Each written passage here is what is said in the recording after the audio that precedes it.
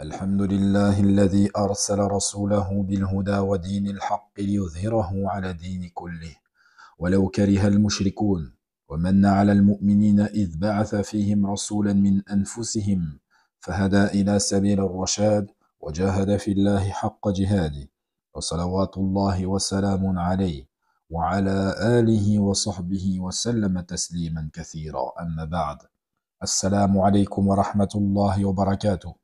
Bienvenue à vous dans cette 69e rencontre des leçons à tirer de la vie du meilleur des hommes. Aujourd'hui, nous allons aborder une nouvelle grande bataille qui est également un des tournants de l'histoire de l'islam. Un tournant car si les musulmans avaient fléchi ce jour-là, certainement l'islam n'aurait pu nous parvenir. ولكن بفضل الله وكرامته علينا ثبتهم الله تبارك وتعالى على الإيمان. Et par la grâce d'Allah et sa générosité, il les a fortifiés, il les a renforcés sur cette foi dont émanent des convictions, une détermination pour défendre la cause de l'islam. Cet événement n'est autre que la grande bataille de Uhud. La grande bataille de Uhud qui a eu lieu en l'an 3 selon les sources les plus authentiques. Il est dit que les mécréants ont décidé de s'unir et de venir se débarrasser des musulmans, et plus particulièrement du prophète sallallahu alayhi wa sallam et des muhajirin, de ceux qui avaient fait l'immigration, qui venaient de la Mecque. An-Nabi sallallahu alayhi wa sallam, lorsqu'il fut informé de l'approche des mécréants, il se concerta avec les compagnons, ridwanullahi alayhim ajma'in. Certains d'entre eux voyaient le fait qu'il fallait rester à Médine, attendant l'arrivée des mécréants pour les combattre dans la ville sainte. Mais la plupart des compagnons du prophète sallallahu alayhi wa sallam, quant à eux, préféraient sortir vers l'ennemi et ne pas attendre qu'il rentre dans la ville. Et comme à son habitude, le pire ennemi de l'islam, au sein de l'islam, Abdullah ibn Ubayb ibn Salul, qui lorsqu'il a entendu et il a vu la plupart des croyants voulant sortir, il est parti vers le prophète sallallahu alayhi wa sallam. Et il a dit au prophète sallallahu alayhi wa sallam, quant à moi, je suis sur la même position que toi. Car le prophète sallallahu alayhi wa sallam, na'am, il voulait rester. Le prophète sallallahu alayhi wa sallam voyait que le fait de rester était plus stratégique. Et subhanallah, c'est peut-être l'une des premières fois où Abdullah ibn Ubay ibn Salul a été d'accord avec le prophète sallallahu alayhi wa sallam. Mais ce qu'il cachait était une future trahison. Il voulait le trahir. Et c'est pour cela qu'il disait au prophète sallallahu alayhi wa sallam, attendons-les ici et combattons-les dans la ville d'Al-Médina. Mais le prophète sallallahu alayhi wa sallam est quelqu'un de juste et il est quelqu'un d'intelligent. Il s'est concerté avec ses compagnons. Ce n'était pas pour après cela contredire leur avis. Surtout que la plupart d'entre eux avaient choisi le fait de sortir vers l'ennemi. Et donc, il a suivi cet avis, qui est de s'habiller, de se préparer et de sortir vers l'ennemi. Il est rapporté qu'An-Nabi sallallahu alayhi wa sallam a prié la prière du Jumu'ah, puis il a fait un prêche, il les a appelés à la patience et à la détermination de combattre l'ennemi de l'islam. Et les compagnons du prophète sallallahu alayhi wa sallam étaient prêts à cela. Il est même dit que Hamza ibn Abd al-Muttalib, l'oncle du prophète sallallahu alayhi wa sallam, a dit au prophète sallallahu alayhi wa sallam, Ya Rasulallah, Wallahi, ma at'amu ta'aman hatta akhruja liqitalihim. Il dit au prophète sallallahu alayhi wa sallam, par Allah, je ne mangerai plus rien jusqu'à aller combattre l'ennemi. Et les orientalistes, ha'ula al-adou, qui sont les ennemis de l'islam, ont dit de cet événement à la préparation de la bataille de Uhud que les compagnons du prophète sallallahu alayhi wa sallam ont désobéi au prophète sallallahu alayhi wa sallam, alors qu'il n'en était rien. Le prophète sallallahu alayhi wa sallam s'est concerté, comme nous l'avons dit, et il a donné sa position, sa façon de voir les choses. Et quant à la plupart de ses compagnons, eux, ont préféré sortir. Et comme nous expliquent les savants, dans ce sujet, à cet événement-là, ce n'est pas une révélation qui a été faite au prophète sallallahu alayhi wa sallam sur le fait de rester ou de s'en aller, mais c'était justement un choix qu'il avait à faire et une décision qu'il avait à prendre. Comme il le dit dans un hadith authentique, Antum a'lamu bi umuri dunyakum. Vous connaissez mieux que moi les affaires de la vie mondaine. Puis An-Nabi sallallahu alayhi wa sallam est rentré dans sa maison. Et Abu Bakr as-Siddiq radiyallahu anhu l'a suivi. Et là, An-Nabi sallallahu alayhi wa sallam s'est préparé. Il a mis son armure, il a mis son casque. Quant aux compagnons du prophète sallallahu alayhi wa sallam se sont également préparés. Et ils se sont mis en rang dans la mosquée, à côté de la maison du prophète, à côté de la maison de Aïcha radiyallahu anha jusqu'au minbar. Subhanallah, pendant que les compagnons attendaient la sortie du prophète sallallahu alayhi wa sallam de la maison de Aïcha radiyallahu anha, Sa'd ibn Mu'adh et Usayd ibn Khudayr ont pris la parole. Et ils ont dit aux compagnons, certes, vous avez contraint le prophète sallallahu alayhi wa sallam par votre choix de sortir de Médine.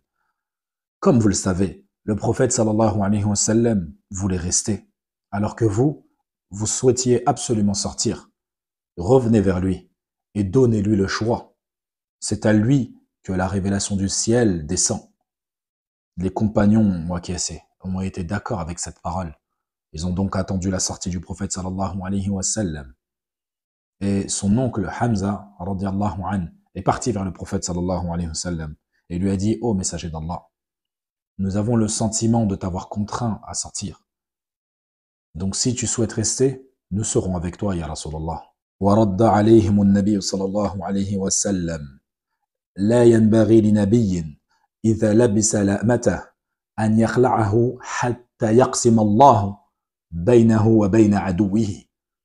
Et il dit à ses compagnons, il ne convient pas à un prophète, lorsqu'il met son armure, de la retirer jusqu'à ce qu'Allah Azza wa Jal sépare entre lui et son ennemi.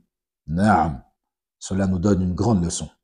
C'est que lorsque tu prends une décision, tu dois faire preuve de détermination et non procrastiner. Lorsque tu décides de suivre une sunnah, min sunanin nabi sallallahu alayhi wa sallam, tu te dois de l'appliquer et de ne pas hésiter. Le prophète sallallahu alayhi wa sallam dit à ses compagnons, suivez les injonctions que je vous ai données au nom d'Allah, allez de l'avant et Allah vous donnera la victoire, tant que vous patienterez.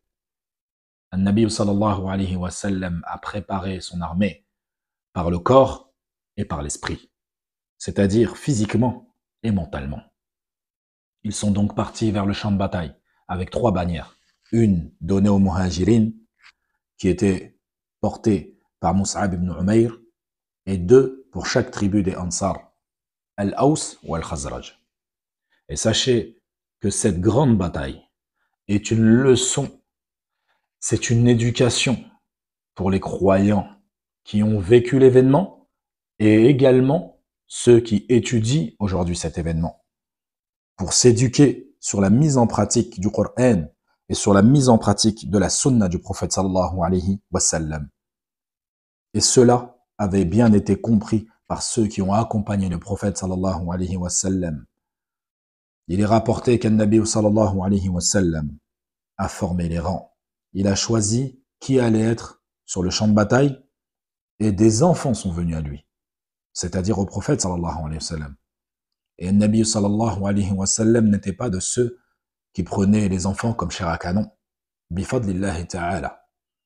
Il refusa donc tout enfant qui venait se présenter à lui voulant participer au combat. Allahu Akbar. Parmi eux, Zayd ibn al-Arqam, Osama ibn Zayd, Rafi' ibn Rabi'a, Samura ibn Jundub, Ridwanullahi alayhim ajma'in, qui avaient tous moins de 15 ans à ce moment-là. Naam, en islam, tu deviens adulte à partir de ta puberté. Et le maximum en termes d'âge, c'est 15 ans. Au-dessus de 15 ans, tu es automatiquement considéré comme un adulte. Les actes obligatoires de l'islam te sont obligatoires. Avant cela, tout dépend si tu as atteint la puberté ou pas. Les signes de la puberté. Donc, An-Nabi sallallahu alayhi wa sallam les a refusés. Et voilà que l'oncle de Rafi' vient voir le prophète sallallahu alayhi wa sallam. Et il lui dit, Ya Rasulallah, c'est vrai que Rafi' est un jeune enfant, mais notre nombre est si minime. En plus de cela, Rafi' est un très bon combattant. Lorsqu'il lance, il touche sa cible. Et c'est là que Rafi' ibn Jundub s'est présenté au prophète sallallahu alayhi wa sallam sur la pointe des pieds. Il essayait donc de prendre de la hauteur. Et il se disait, en marchant sur la pointe des pieds, si le prophète voit ma taille, m'acceptera. Subhanallah. Voyez vous-même la détermination dont faisaient preuve ces jeunes hommes, ces enfants. Et c'est une fois arrivé devant le prophète sallallahu alayhi wa sallam, le prophète lui fait faire quelques tests. Et puis il l'accepta dans son armée. Allahu Akbar. Et c'est là que Samura ibn Jundub, il s'est mis en colère. Il alla voir le nouveau mari de sa mère, c'est-à-dire son beau-père, pour lui dire comment le prophète sallallahu alayhi wa sallam a pu accepter Rafi'a alors que je suis plus fort que Rafi'a. Subhanallah, il était en colère, pas pour esquiver la situation, mais bien au contraire pour y participer. Il se peut que l'un d'entre eux meure dans quelques heures, dans quelques jours, mais ça ne leur importait peu. Ce qu'ils voulaient, c'était élever la parole d'Allah Azza wa Jal, secourir son prophète Muhammad ibn Abdullah sallallahu alayhi wa sallam. Et dit donc à son beau-père, An-Nabi sallallahu alayhi wa sallam a accepté Rafi'a, alors que moi je suis plus fort que lui. Je le bats en tête à tête. À la lutte, je suis meilleur que lui. Et son beau-père alla voir le prophète sallallahu alayhi wa sallam. Et il dit au prophète sallallahu alayhi wa sallam, Ya Rasulallah, tu as accepté Rafi'a, alors que Samura est plus fort que lui. Et là, An-Nabi sallallahu alayhi wa sallam souria et lui dit, ramène-le-moi. Et il dit à Samura et Rafi'a de faire un tête-à-tête, de faire une lutte, un corps à corps. Et voilà que Samura prit l'avantage sur Rafi'a.